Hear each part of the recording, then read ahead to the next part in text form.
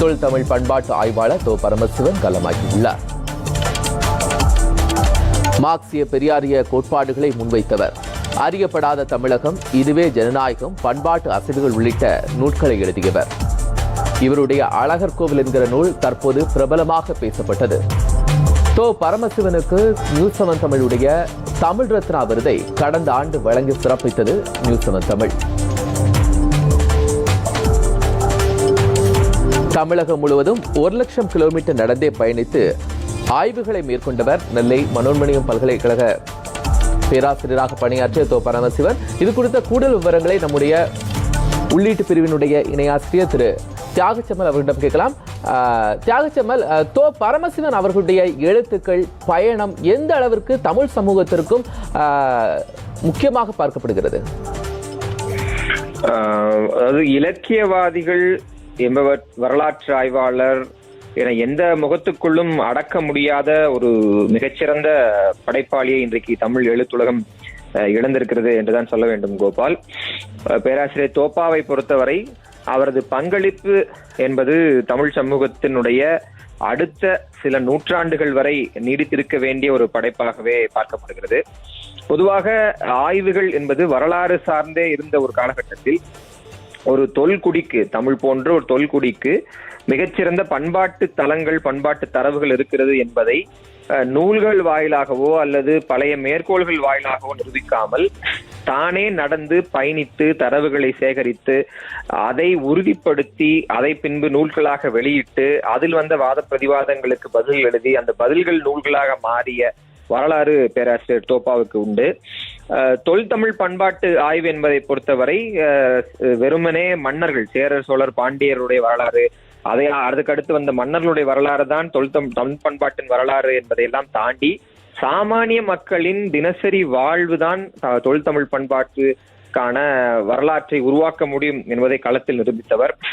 தமிழர்களுடைய நாகரீகம் எந்த அளவுக்கு எந்தெந்த காலகட்டங்களில் மாறியது, பண்பாட்டு கூறுகள் எந்த அளவுக்கு இருந்தது என்பவற்றை இன்றைக்கு நாம் மேற்கோள் காட்ட வேண்டும் என்றால் அதிகபட்சமாக 3-4 ஆய்வாளர்கள் தான் ஒட்டுமொத்தமாக இந்த கடந்த நூற்றாண்டு முழுவதும் நமக்கு கிடைப்பார்கள் தமிழை பொறுத்தவரை. அதில் மிக முக்கியமானவர் தோ பரமசிவன்.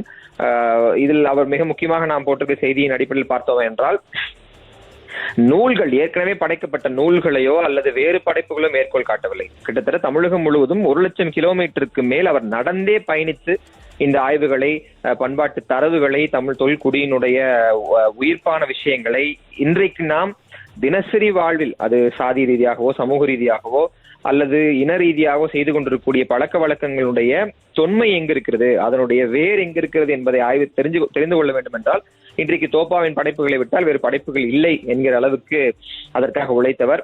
கடந்த 10 ஆண்டுகளுக்கு மேலாக நீரிழிவு நோயின் காரணமாக நடக்க முடியாத ஒரு சூழல் ஏற்பட்ட போது கூட தனது ஆய்வை நிறுத்திக் கொள்ளாமல் தொடர்ந்து பயணித்துக் கொண்டிருந்தவர், தொடர்ந்து பல்வேறு வழிகளில் பயணித்துக் கொண்டிருந்தவர்.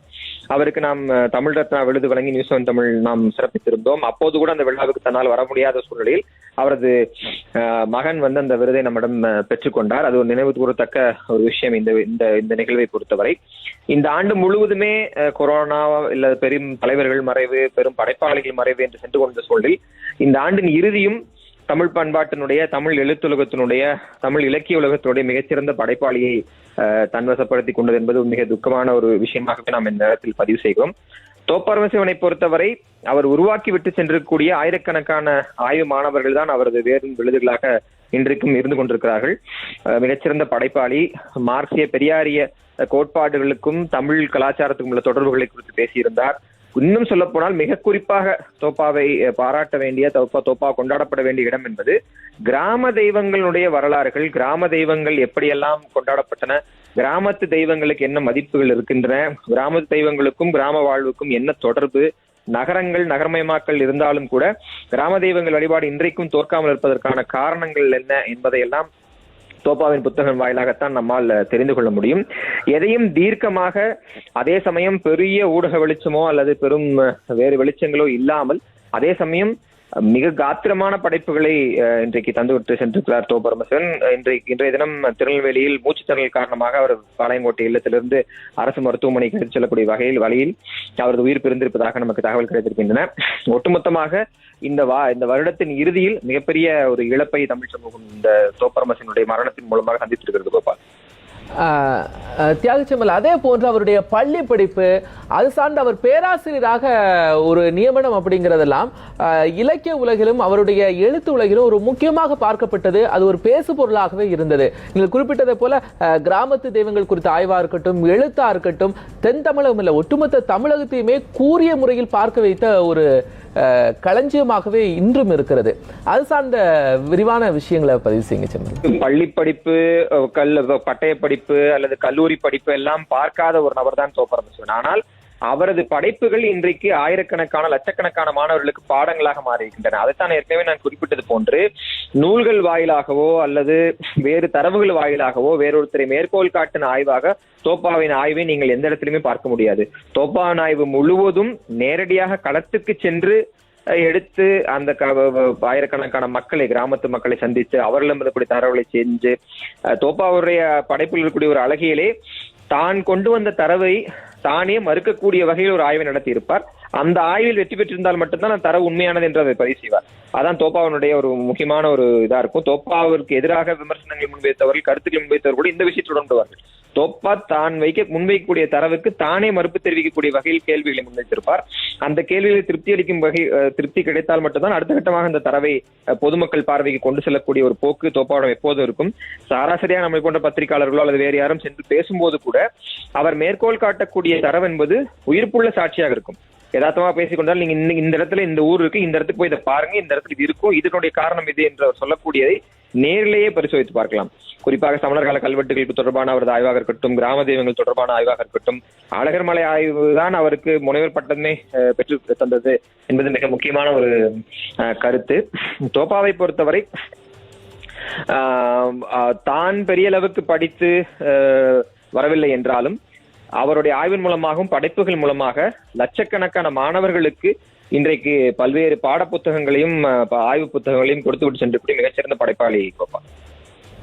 ரொம்ப பெருமைக்குரிய விஷயமாக நியூஸ் 7 தமிழ் கொண்டாடுவது அவருக்கு கடந்த ஆண்டு தமிழ் ரத்னா விருது அவையில முதலமைச்சர் கையால அந்த விருது கொடுக்கக்கூடிய அந்த சூழல்ல தேர்வு செய்யப்பட்டிருந்தார். அவருடைய மகன் அந்த விருதை பெற்றுக்கொண்டார். அந்த தேர்வு எப்படி இருந்தது? அவரை குறிப்பிட்டு தேர்வு செய்து பெருமைப்படுத்தியதற்கான அந்த தகவலை பதிவு செய்யுங்க சிம்மன். அது நியூஸ் 7 தமிழ்ல நம்ம தமிழ் ரத்னா விருதுகளை செய்த போது பல்வேறு ஆய்வுகளை செஞ்சு கொண்டதும், இலக்கிய ரத்னா என்று நாம் எடுத்த போது கூட தோப்பாவின் படைப்புகள் இலக்கியமா என்கிற கேள்விகள் எழுந்திருந்தன. அப்போது நமது குழுவில் வந்திருந்த சில மூத்த குழு தேர்வாளர்கள், நடுவர்கள் கூட ரொம்ப அழகாக ஒரு விஷயத்தை பதிவு செய்தார்கள். இலக்கியம் என்றாலே அது ஒரு கவிதை, கட்டுரை இதாக இருக்க வேண்டிய அவசியம் கிடையாது. தமிழரின் பண்பாட்டையும் தமிழரின் வாழ்வையும் பதிவு செய்தது கூட இலக்கியம் தான். தமிழர் பண்பாடும் வாழ்வுமே ஒரு இலக்கியமாகத்தான் இருக்கிறது. அவற்றை வெளிக்கொண்டு வந்த காரணத்தினாலேயே அவருக்கு இந்த படைப்பை நாம் வழங்கலாம் என்கிற ஒரு ஒரு அருமையான தகவலை சொன்னார்கள். நாம் அந்த தகவலை தொலைபேசி மூலமாக தோப்பாவிடம் சொல்லும் போது கூட அவர் மிகவும் பெருமைப்பட்டார். அதே சமயம் இந்த விருதுகள் உள்ளிட்ட விஷயங்களுக்காக தான் பெரிதளவுக்கு மெனக்கிட்டதில்லை என்பதையும் அவர் நம்மோடு பதிவு செய்திருந்தார். ஆனால் நியூஸ் 7 தமிழ் இந்த அழைப்பை முழுவதுமாக ஏற்று தனது மகனை அனுப்பி வைப்பதாக தெரிவித்திருந்தார்.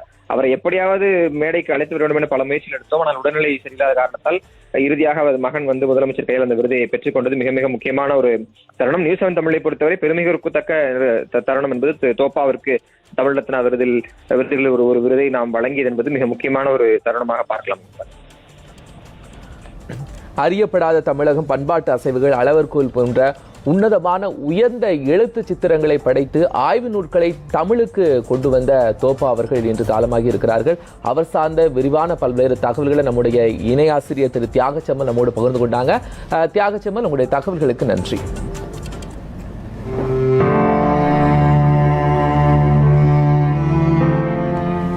ஒரு சிறிய இடைவேளைக்கு பிறகு செய்திகளை தொடர்ந்து பார்க்கலாம்.